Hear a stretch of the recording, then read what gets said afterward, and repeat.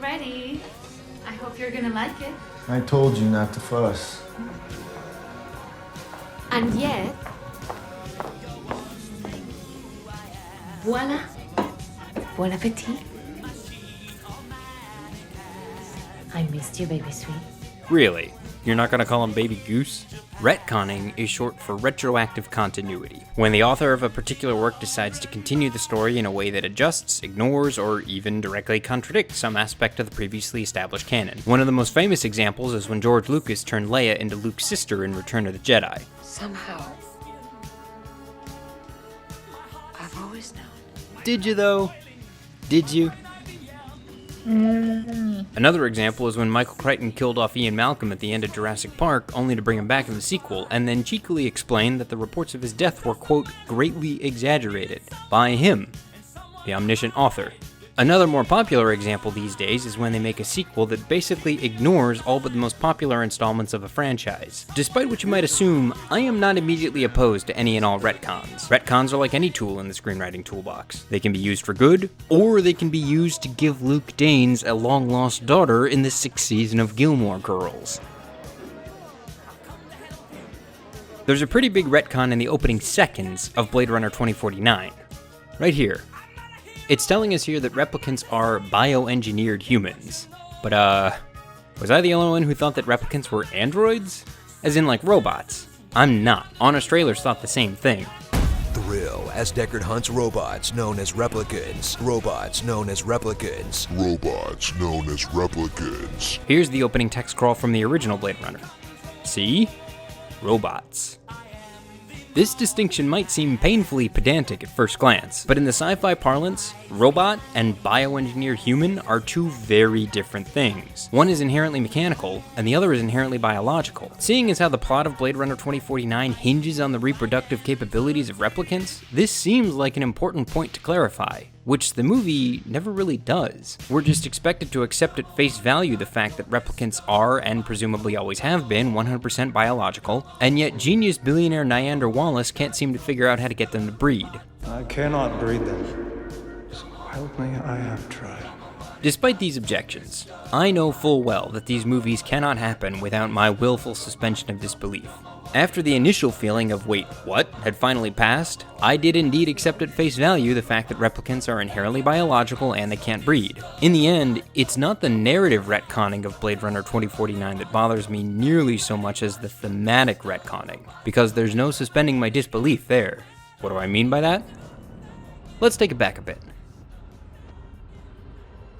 Of all the interpretations I ever read about the original Blade Runner, and there have been a lot, my personal favorite is a simple observation made by Vince Mancini of FilmDrunk.com in his review of Blade Runner 2049. He said that, in Blade Runner, Ridley Scott introduced us to this mind-blowing world and then sort of drew a straight line through it. This, to me, perfectly articulates what makes Blade Runner so captivating. It's the fact that the world is so detailed and complex and fascinating, and yet the story is so mind-bogglingly simple.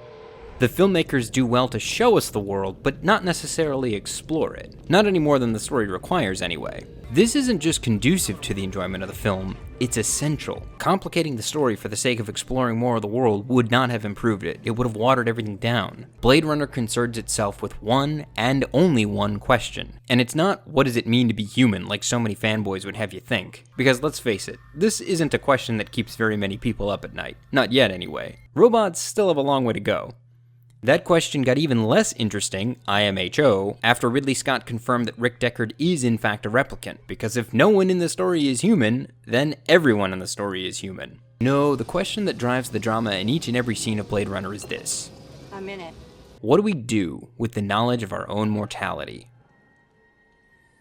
Every single character in Blade Runner is grappling with this question. Nothing is worse than having an itch you can never scratch. I agree. Most vividly by the 4 replicants Rick Deckard has been tasked with retiring. Their lifespans are quickly coming to an end, and they're all rebelling violently against that prescribed fate. When Rachel realizes she never actually lived any of her childhood memories, she confronts her own form of death, given how critically important memory is to our sense of self-identity. The importance of memory is again highlighted in Roy Batty's final moments. All those moments will be lost in time. Loss of memory is equated to loss of life, and vice versa.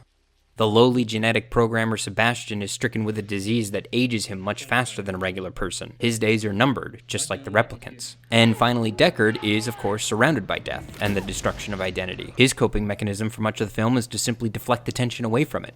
Okay. Bad joke. I made a bad joke. You're not a replicant. Go home. Even when he fulfills his obligations to the job, the reality of death still weighs heavily on him. It isn't until the very end of the film that he finally resolves to do something about someone's imminent demise. And what's the line that finally spurs him into action?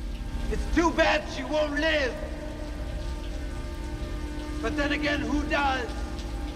It's all about death. And consequently, all about life.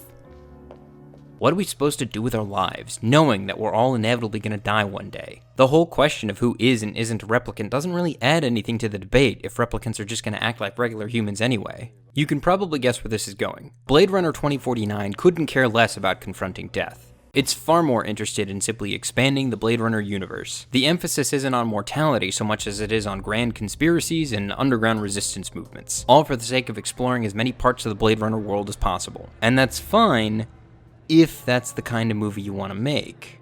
No doubt there are plenty of people who find the world of Blade Runner far more interesting than the story. Remember Honest Trailers? What a masterpiece. But not me. I'm not interested in walking down every narrative side street. In fact, some of my favorite bits of the film are the parts where the filmmakers go out of their way not to explain it, like the baseline tests. Interlinked. What's it like to hold the hand of someone you love? Interlinked. And this sweet little Wiimote gizmo that Dr. Stelline uses to edit memories. And Deckard's dog. Is it real? I don't know. Ask him. The texturing of this film is amazing, but as for the story, Blade Runner 2049 spends way too much time bolstering all these non-sequitur subplots. Take, for example, perhaps the biggest subplot of the movie, Detective K's holographic girlfriend Joy, fittingly spelled J-O-I, like, well, come on. I can't be the only one who knows what that stands for, right? You look like a good Joe. I can't for the life of me figure out why Joy is in this movie. Not to say that the implications of a digital relationship aren't worth exploring, I just don't think they should be explored in this film. I think they should be explored in a film that's specifically about digital relationships. Oh wait, they already were. Honey, I'm home. How was your day? Good. Hey, I got a question. How does K know he's a replicant? Fuck off. Good job. If he's got all the early childhood memories of a regular human, and his body is 100% organic, and he's capable of living to a ripe old age, and he's free to go ahead and disobey direct orders, who's to say he isn't actually a regular human that people have simply convinced is a replicant? That's the twist I kept expecting, that K was going to be human. I mean, really, who's to say otherwise? The only difference between replicants and humans at this point is that one is born naturally and the other is born in a lab, and all but one replicant supposedly can't breed. But then I guess the movie wouldn't have anywhere to go after it admitted that the line between humans and replicants is now so blurred that they're completely interchangeable. Because that's all that this movie is, a very pretty exploration of a question I wasn't asking. And it makes some twisted pit stops. Of the 8 female characters in the story, 5 of them die absolutely horrible deaths.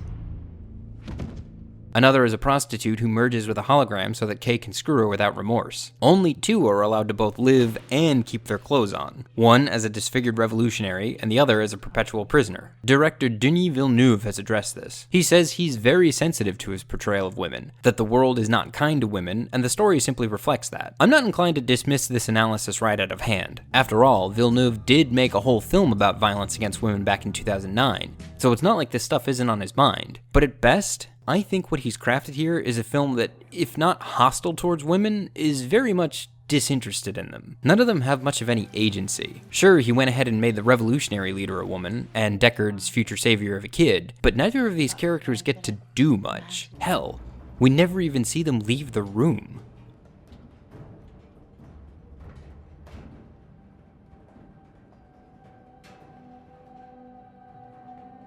I could go through the whole film and bullet point my objections like this, but that's really not the kind of video I wanted to make today. Because this is clearly the exact kind of movie that Villeneuve and company wanted to make. I mean, this isn't like the Hobbit trilogy.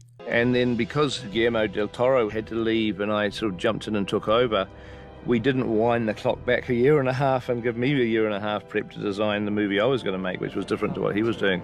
The direction and art design and cinematography and acting and even the meandering script are all so pointedly purposeful. And whether I enjoyed it or not, I believe there's some little something that's admirable in how decidedly deliberate this film was constructed. And the scene where Love commands a drone strike while getting a holographic manicure is now one of my all-time favorite sequences in all of action sci-fi cinema. Do your fucking job. But if I had one inarguable objection, something that I'd hope even the filmmakers themselves would agree with, it's that beloved films are more than just their mise-en-scène. Beloved films are about something. Yeah. I'm not saying Blade Runner 2049 isn't about anything, but it's not about what Blade Runner was about. Time to die. And I guess it's up to each of us individually to decide whether or not we're okay with that.